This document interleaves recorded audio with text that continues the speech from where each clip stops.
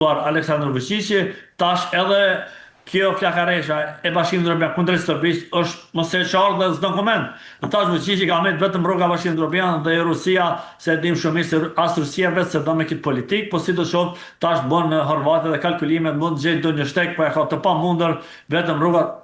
drejt Bashkimit Evropian dhe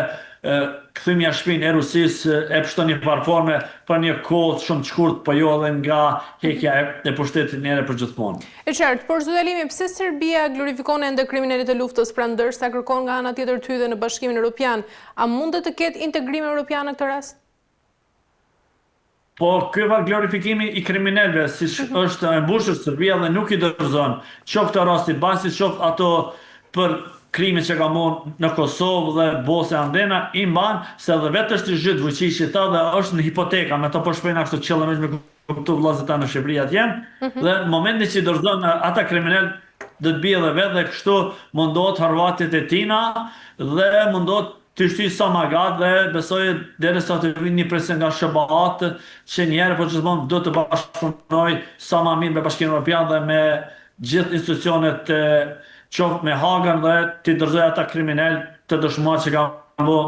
masakra në 6 vende Ballkan Perëndimor, në Sarajevo, po edhe në Kroaci, edhe në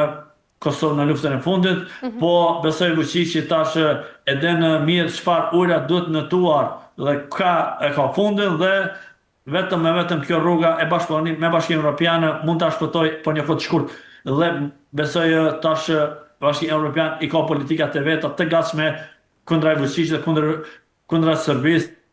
se çfarë duhet përdor dhe nuk ka këto asfar vend për glorifikime, po vetëm duhet të bashkëpunoj me sistemin juridik në Hagë dhe duhet të dorëzoj kriminalet që kanë bërë masakra dhe krime në Republikën e Kosovës. E qartë, mirë zoti Alimi, ndjekim tjetër insertë se çfarë ka ndodhur ditën e djeshme në Serbi dhe rikthehemi. Incidenti ndodhur para ditën e së mërkurës në Beograd ka tronditur opinionin publik serb dhe ka shkaktuar reagime të shumta politike. Sipas raportimeve të mediave vendase, ngjarja ndodhi pranë ndërtesës së parlamentit të Serbisë në zonën ku për javë të tëra ishin ngritur tenda dhe mbështetës së qeverisë, të cilët po protestonin në shenjë për krahjen ndaj politikave të presidentit Aleksandar Vučić dhe ekzekutivit të tij. Sipas informacioneve paraprake, një person ende i pa identifikuar ka hapur zjarr në drejtim të kambit të tendave, duke plagosur një qytetar. Pas së shtënave, flakët kanë përfshirë disa nga tendat, ndërsa dëshmitarët okular kanë raportuar për panik dhe shpërndarje të menjëhershme të turmës. Forca të shumta policore dhe ekipe zjarrfiksish janë dërguar menjëherë në vendngjarje për të shuar zjarrin dhe për të evakuar personat e pranishëm. Presidenti Aleksandar Vučić, i cili në ato moment ndodhe në një takim qeveritar, reagoi menjëherë duke cilësuar incidentin si akt terrorist. Mirë, zoti Alimi, incidenti me armë para parlamentit të Serbisë mund të jetë ky tashmë sinjali i parë pra i përplasjes së madhe mes mbështetësve të Aleksandar Vučić dhe kundërshtarëve të tij. Po mos e qartë e ka paralajmëruar edhe vetë Aleksandar Vučići që do të vijë një situatë e tillë dhe njësia elitare saj më e mira që ka Serbia në dispozicion për këtë situatë dhe situata tjera, besoj ky pjesëtari i sigurimit shtetënor e ka bërë atë akt kriminal dhe ajo besoj ka qenë pretekst dhe për ndezjen e aty në tendave dhe për të marrë masa dhe këtë njësia elitare dhe shërbimet inteligjencë i kanë ardhur në ndihmë dhe e kanë arrestuar dhe besoj që aty ka prit vetëm edhe pak për të eskaluar situata, po e kanë marrë situatën në kontroll dhe besoj aty është dita ditës shoh ky person apo dikush tjetër do të vi fundi dhe do të përshkallëzohet situata dhe besoj që më në fund regjimi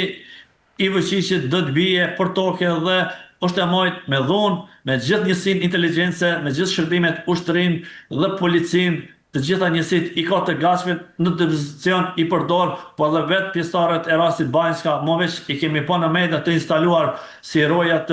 ku rrin Aleksandar Vučići dhe besoj kjo është më e qartë se çfarë shteti policor është i Vučićit dhe Serbia dhe këtë besoj të gjitha ka vendin në burg se ata pjesëtarë e kanë vendin në burg dhe kanë bërë krime dhe do të përgjigjen para organeve ligjbatuese në Republikën e Kosovës në rastin Banjska, që është vrarë polici Jon Afri Bonjaku dhe besoj Tash mos e qartë se Vučići bën kalkulim në dëm edhe vetë aty në pjesëtarëve se edhe ata duhet të djekë dhe kam një djekë se ka presionin edhe nga Bashkimi Evropian dhe nga SBA-së, të gjithë kriminalët duhet të dorëzohen dhe jo të jenë të lirë dhe jo të bojnë asnjë kalkulime politike në dëm popullatës atje, pa marrë parasysh Vučići, po jo dhe popullata nuk janë kriminal, një pjesë e madhe ata që nuk ju kanë bitë Vučićit dhe e kanë pasur që Vučići është një kriminal dhe nuk mund të bashkëpunojë me ta, sidoqoftë Vučići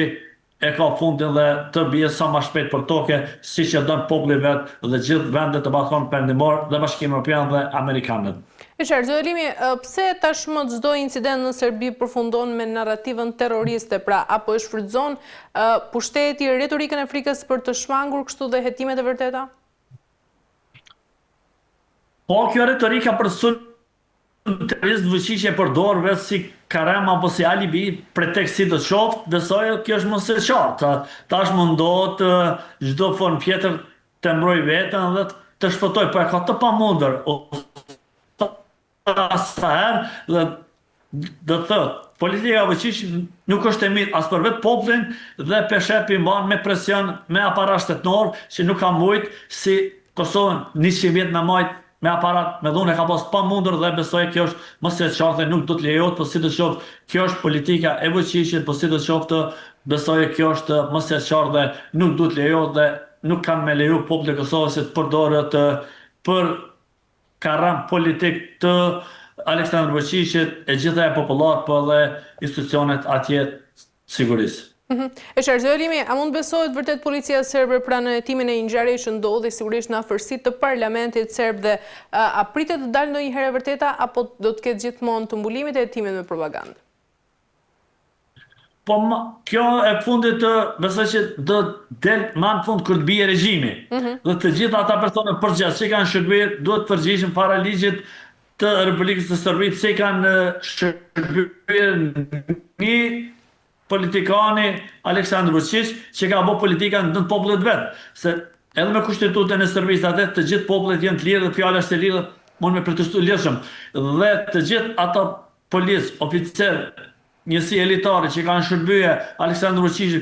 kundër popullatës vetë duhet përgjigjen para organit ligjbatues atje dhe të marrin aksjon meritues dhe nuk është dashur të shërbyhet dhe më mirë është dashur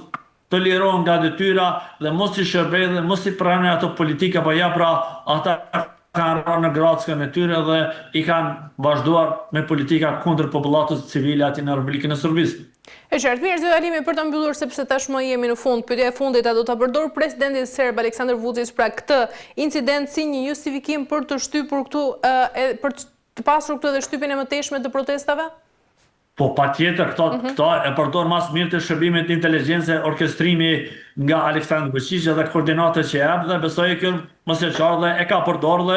ka me përdor apet. Dhe çdo situatë të tillë mund ta kthej në pozicionin e vet që të shet në opinion sa më mirë që janë pra pirun protestuesët, ata po na sulmojnë se kjo është e kundërta dhe besoj kjo shumë është e qartë dhe populli e din kush është Vučići dhe